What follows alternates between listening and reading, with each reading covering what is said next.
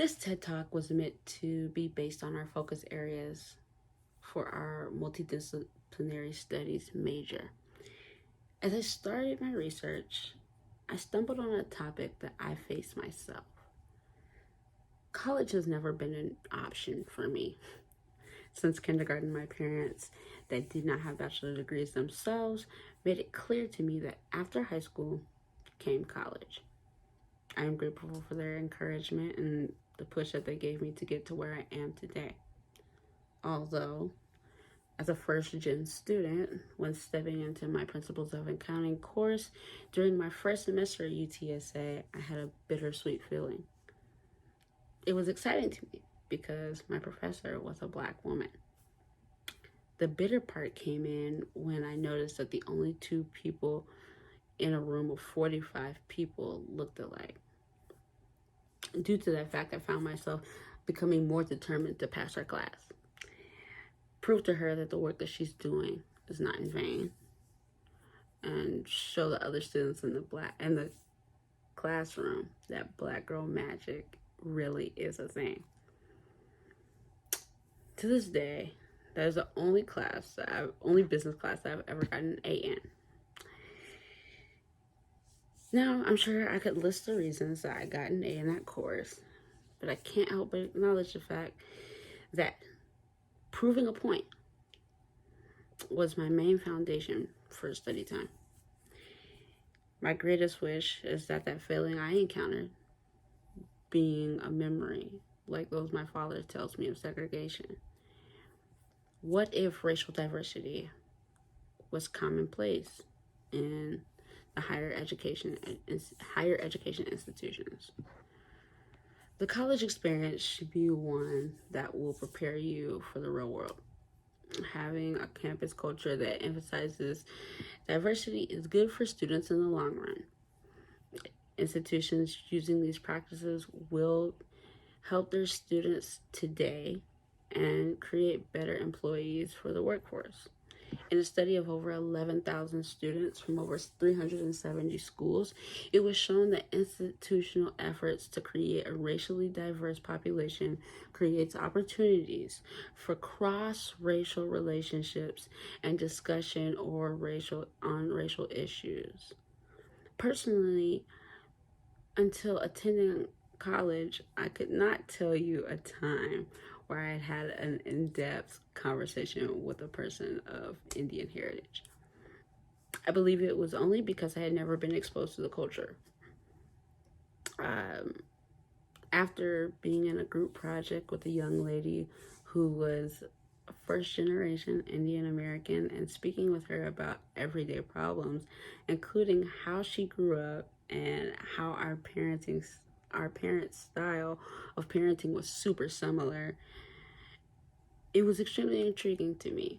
I was happy to get the opportunity to learn about another culture, and now if I have the opportunity to work with someone of Indian American heritage in the future, it won't be completely foreign to me. That is the importance of racial diversity on a college campus at work. This topic is not a new one. A lot of research that I found was 30 and 40 years old, from the 80s, from the 90s. It is a conversation that has been had in conference rooms, in boardrooms, in courtrooms, and even in coffee shops. That tells me that it's an important topic. A study analyzing the major paradigms used in manuscripts published in major higher education journals found that fewer than 2% used paradigms that address the issues of race from a critical perspective with the goal of producing meaningful change. This is not too much of a surprise to me due to the fact that a majority of major higher ed journals are run by elite middle-aged white men. The goal for them is to address the problem, quote the facts, but not put anything in place that changes those facts. The people that want to change the facts typically find themselves in a college classroom looking at the ins and outs of how to truly produce change. Some of those folks, that find themselves on a college campus, not even knowing the change was necessary until they got there and experienced it for themselves. Diversity is not only essential for undergraduate students, but for postgrad as well.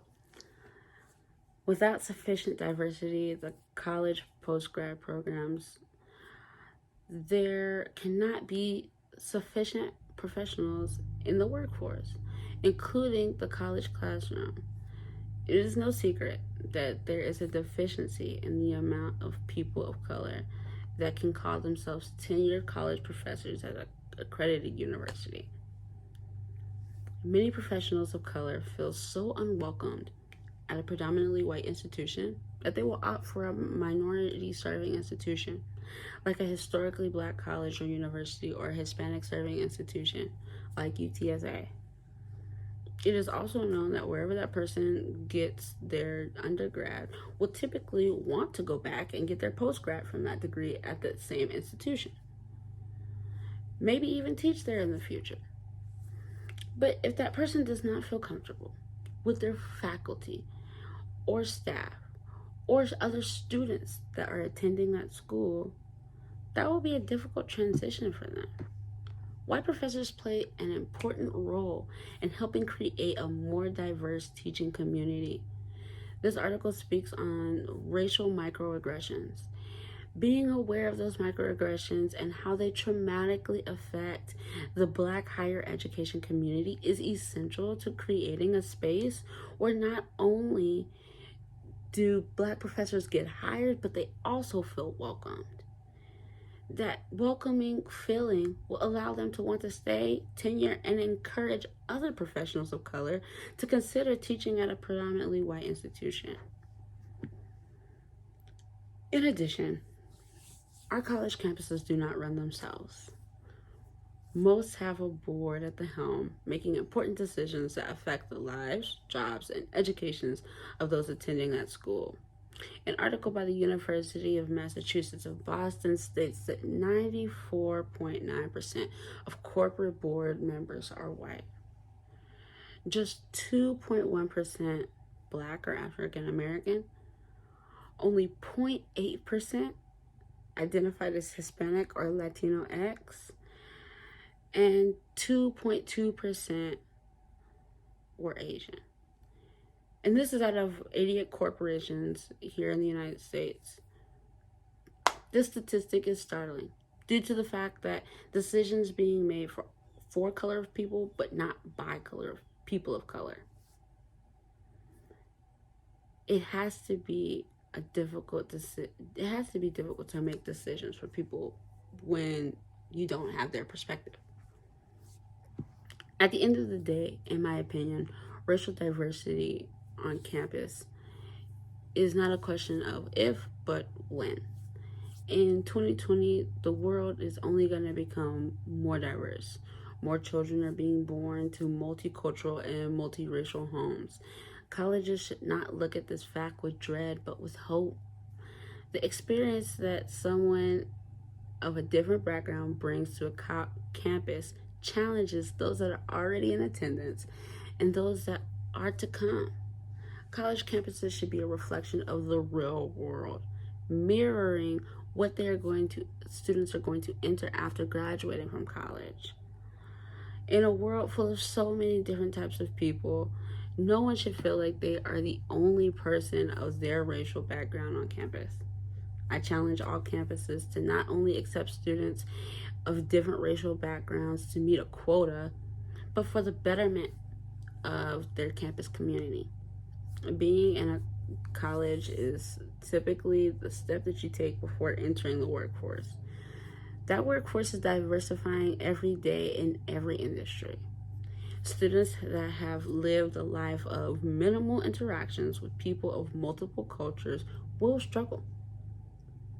We, as a society, should find it critical that we not only create spaces of elevation for students while they are students, but after they graduate. Encourage students to not only look at opportunities to work on college, to look to have careers in higher education, not just as lecturers, but as tenured professors and deans. Encourage students to look into opportunities to work on college and state boards, being a part of decision making that affects the lives of all students.